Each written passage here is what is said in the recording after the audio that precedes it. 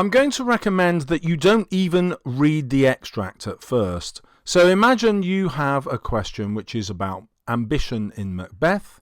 I'm going to ask you to write a thesis. Now, the thesis is going to contain 3 or 4 ideas, and those ideas will become the plan of your essay. In other words, your paragraph will link those ideas together, and then your essay will explain how those links work. Let me show you that with an example from Macbeth. Although the motive for regicide must include Macbeth's ambition, many readers wonder whether Lady Macbeth's ambition is more important. So I've started by saying I'm going to write about Macbeth's ambition, but then my second point is I'm now going to look at the marriage and decide whether Macbeth's relationship with Lady Macbeth actually leads to the killing of Duncan more than Macbeth's ambition alone. A further question is actually whether ambition alone is enough. So now I'm opening up a new possibility that it might not be ambition alone that leads to the killing. There might be something more powerful underneath to explain Macbeth's tragedy, or whether the more powerful cause is, and then I'm going to put in the cause that I think it is. It might be the witches, it might be bloodlust, I might decide that Macbeth is mad, or it might just be love for Lady Macbeth and what he wants for her. She's just lost a baby and he wants her to become queen, as he states in his letter. So hopefully you can see I've mapped out the journey that my argument is going to take.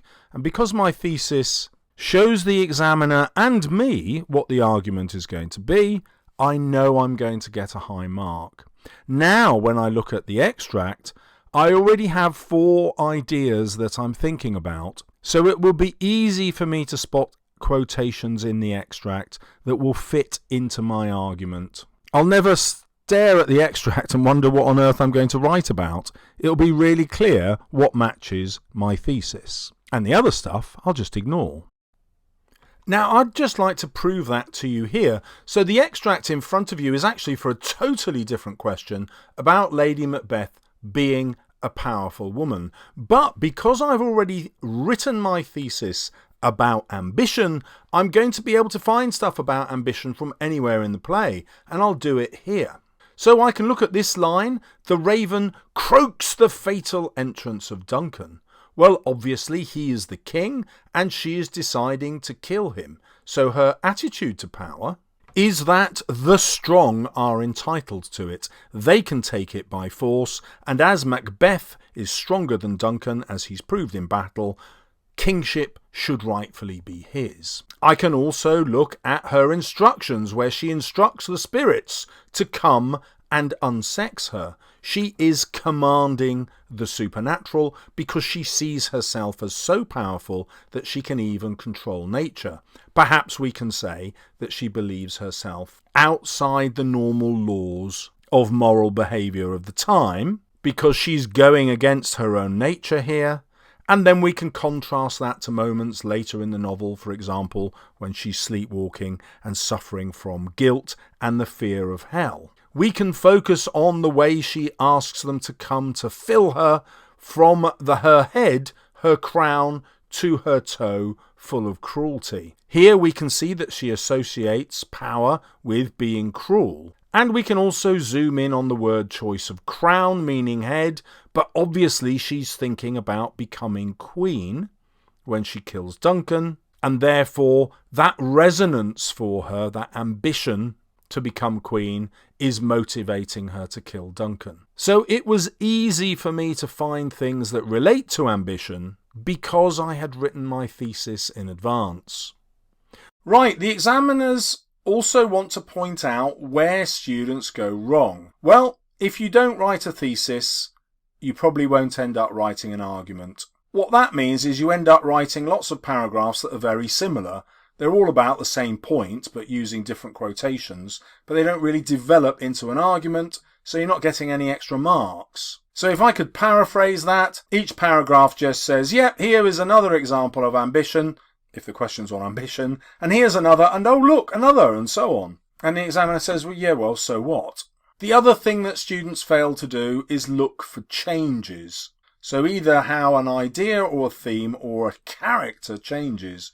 And remember my top tip, by writing about the ending, you will always be writing about changes, and so the top marks will always become available to you. Now the next point is really interesting because you've probably done a lot of exercises like exploding the quotation or finding lots and lots of ways of looking at individual quotation, doing loads of language analysis, and the examiners say, actually, we're not really convinced that's a good idea in this exam. And so what they say is, yes, do some language analysis, but don't make that the main thing in your essay. What you want to do is talk about everything that the writer has done deliberately. The writer is always making choices about what characters do and don't do, and what they show you about a character and what they don't show you. Lots of decisions about structure, and the examiners find that this leads to more sophisticated answers than just writing about quotations.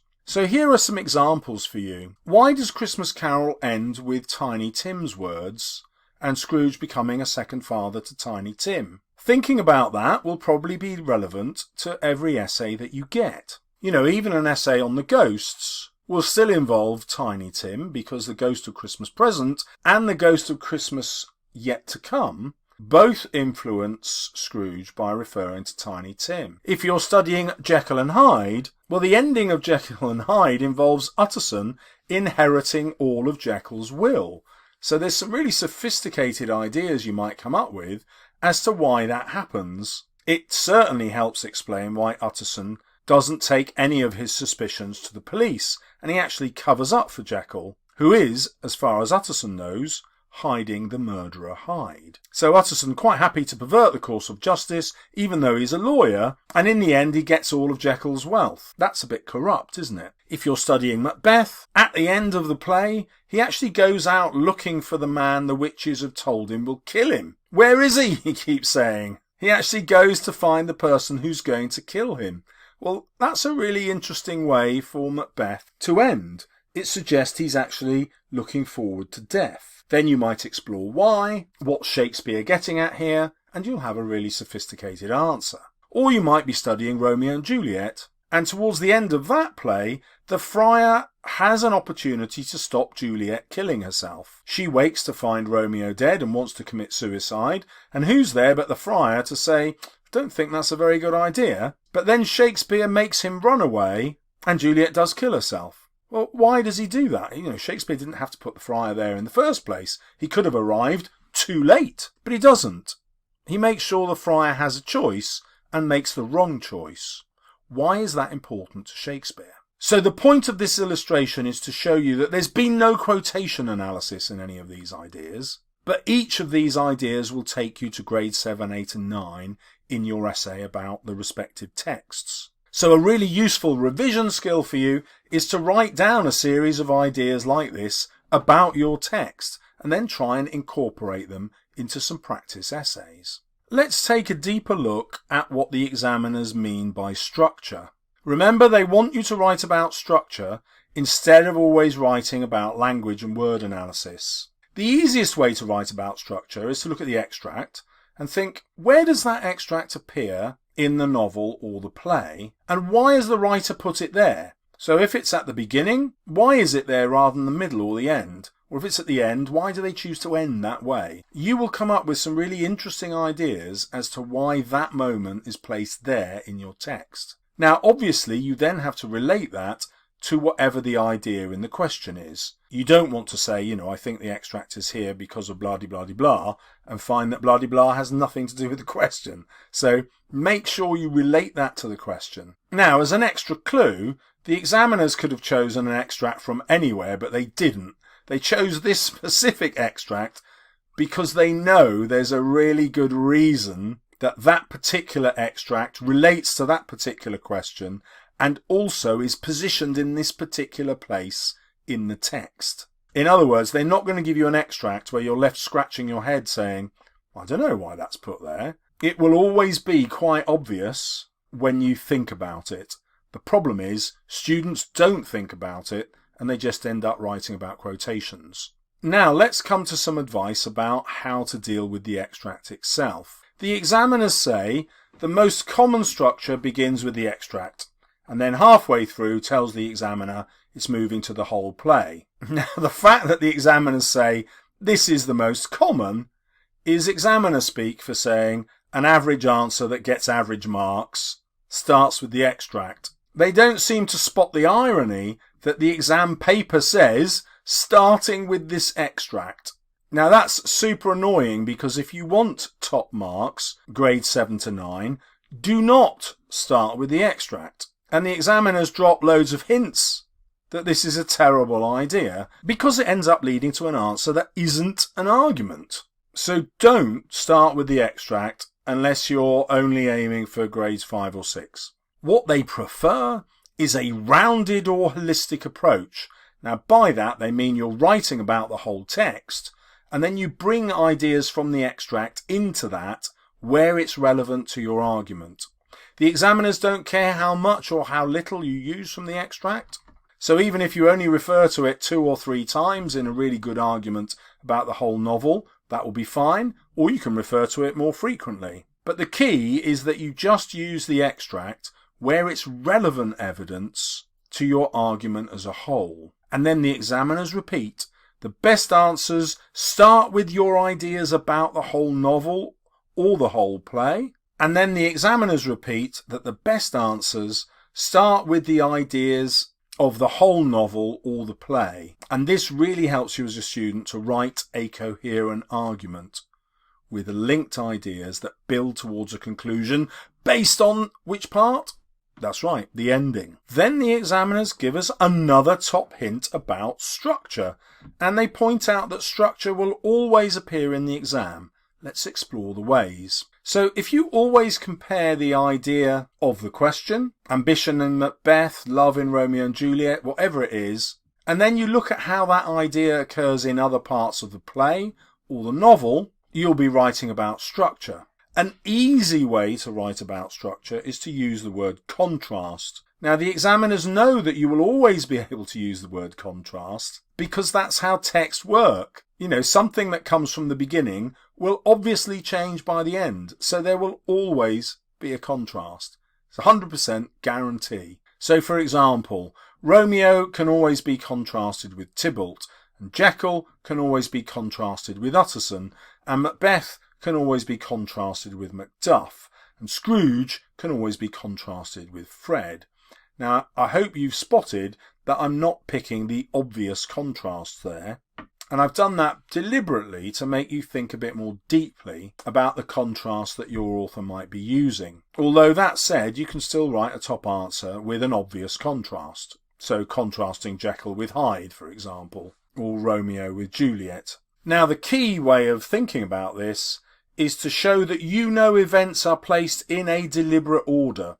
The author has put them in this order to suggest something about the particular idea of the question, and always about society. I train all my students in every essay they ever write to include this word society, because every time you do write about society, you're always writing about the author's purpose and points of view. It's just such an easy way to make sure the examiner wants to give you top marks. Then the examiners give us another little nudge and a wink, and they say this: the highest grades dip in and out of both the extract and the whole text.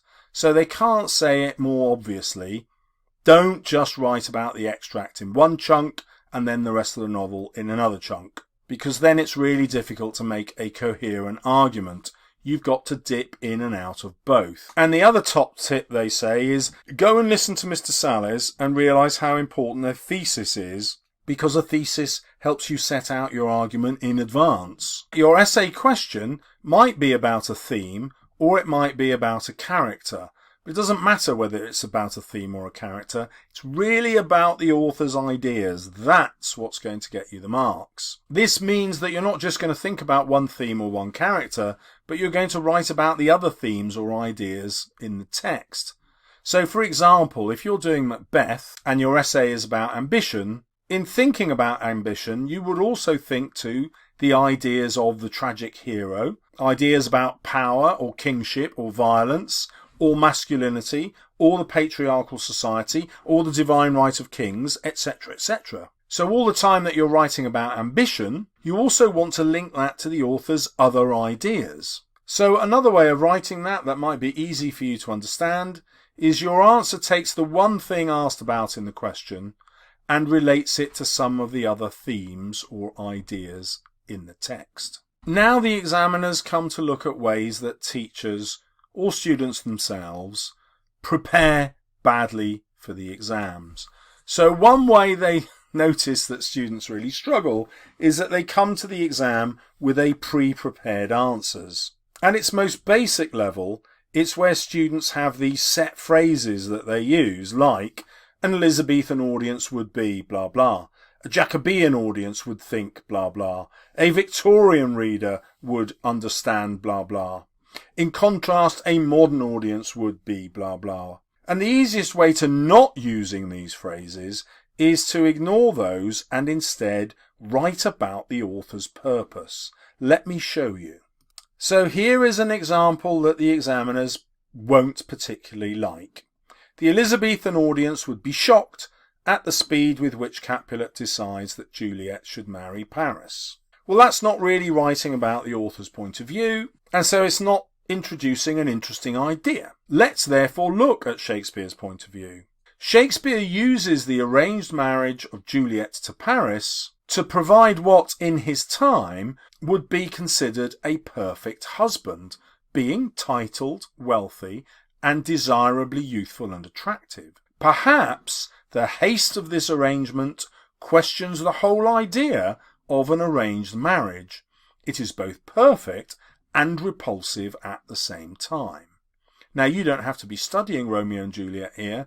You can see that I've started with Shakespeare's idea. I'm still writing about the marriage, as you can see in the yellow here. That mirrors the marriage up here, and the speed, which is mirrored with the idea of haste. But I'm going quite deep into Shakespeare's point of view. So this sentence here is a kind of grade 4, maybe grade 5 sentence, but now that I'm looking at Shakespeare's viewpoint, I'm into grade 8 and 9, no bother at all. Let's look at an example from Macbeth. Here's the rubbishy sentence.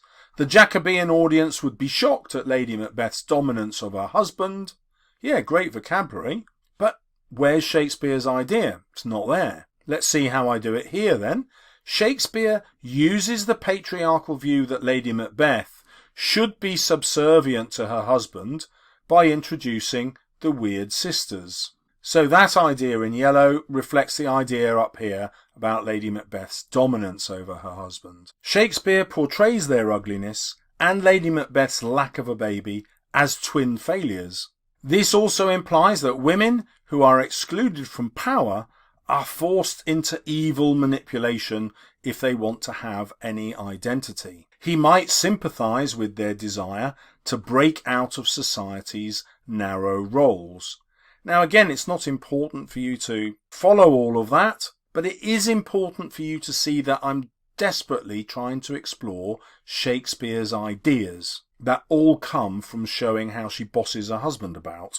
And I've managed to link that here to the way the weird sisters also try to boss Macbeth about. And I'm just asking myself, well, why does Shakespeare do that? What's he trying to say? Maybe he's trying to say that women need to be able to break out from the roles society gives them because those roles have got no power. Okay, you don't have to agree with any of that. You just have to see how to delve into Shakespeare's purpose.